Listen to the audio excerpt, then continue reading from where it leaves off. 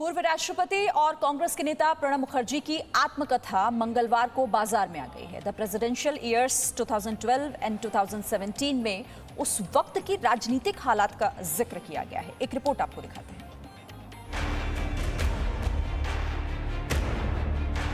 बोलिए भारत माता की।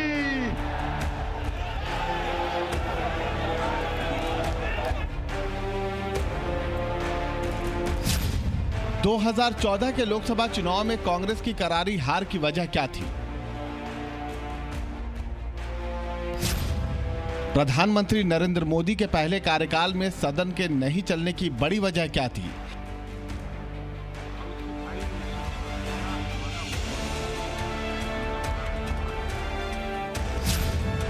आठ नवंबर 2016 को नोटबंदी का फैसला कितना गुपचुप था?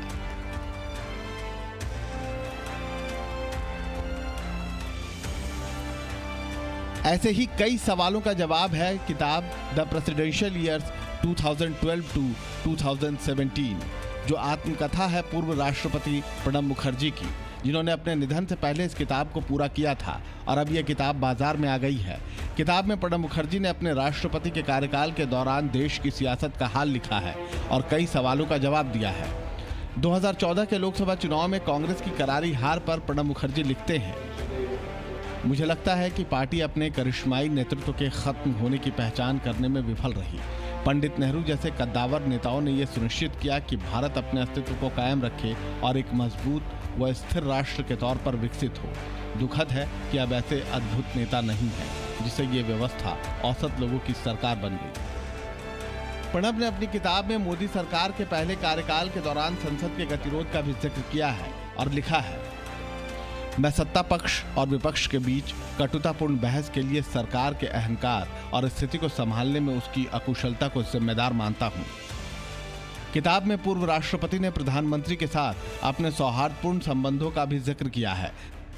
साथ ही प्रधानमंत्री मोदी को पूर्व के प्रधानमंत्रियों से प्रेरणा लेने की भी सलाह दी।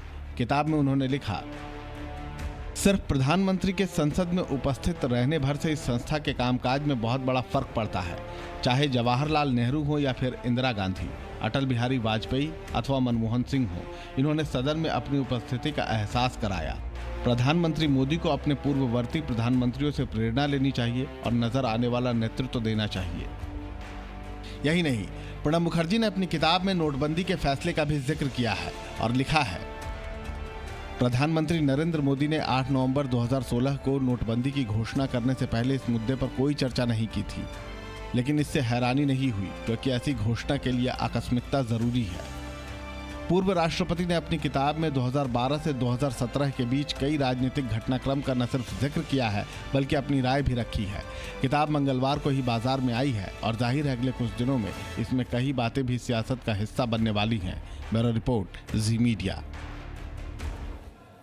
पाकिस्तान के खैबर पख्तूनख्वा में मंदिर तोड़े जाने के मामले में पाकिस्तान के सुप्रीम कोर्ट ने बड़ा आदेश दिया है और कहा है कि फिर से मंदिर का निर्माण हो। इस मामले की सुनवाई के दौरान कोर्ट ने कई तल्ख टिप्पणी भी की।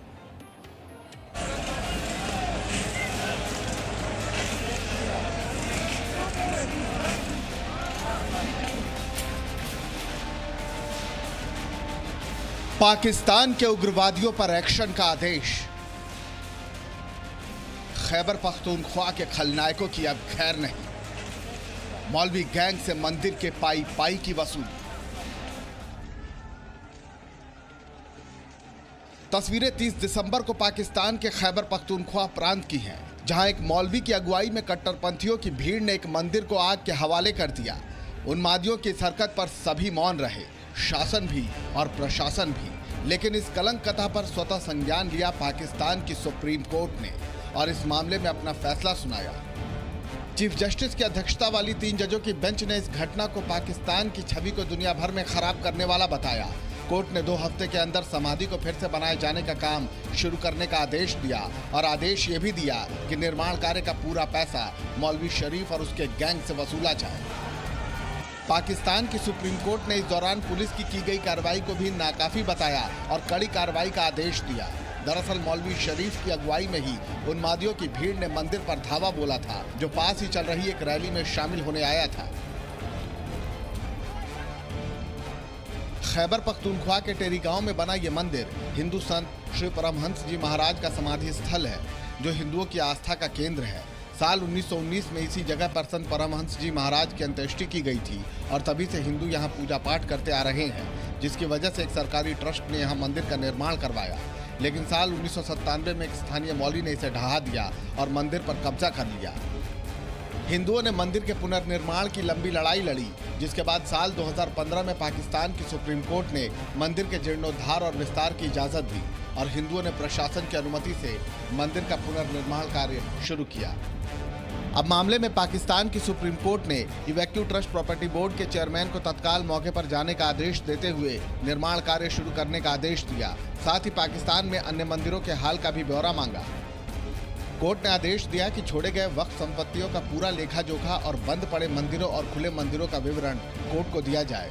कोर्ट ने 2 हफ्तों के अंदर ये सारी रिपोर्ट बेंच के सामने पेश करने को कहा। उम्मीद है कि पाकिस्तान की सुप्रीम कोर्ट के इस आदेश के बाद मंदिर का निर्माण कार्य जल्द शुरू हो जाएगा, क्योंकि आदेश तो पहले भी सुप्रीम कोर्ट का ही था, लेकिन शासन और प्रशासन की लापरवाही से हालात यहाँ तक पहुँच गए, क्योंकि पाकिस्तान में ऐसे शरीफ मौलवियों की शराफत हर जगह फैली है, जिनके जहन में अल्पसंख्यकों के लिए नफरत के अलावा कुछ नहीं। Bureau report, ji media. Presenting B News app, available on Google Play and App Store. Download it now.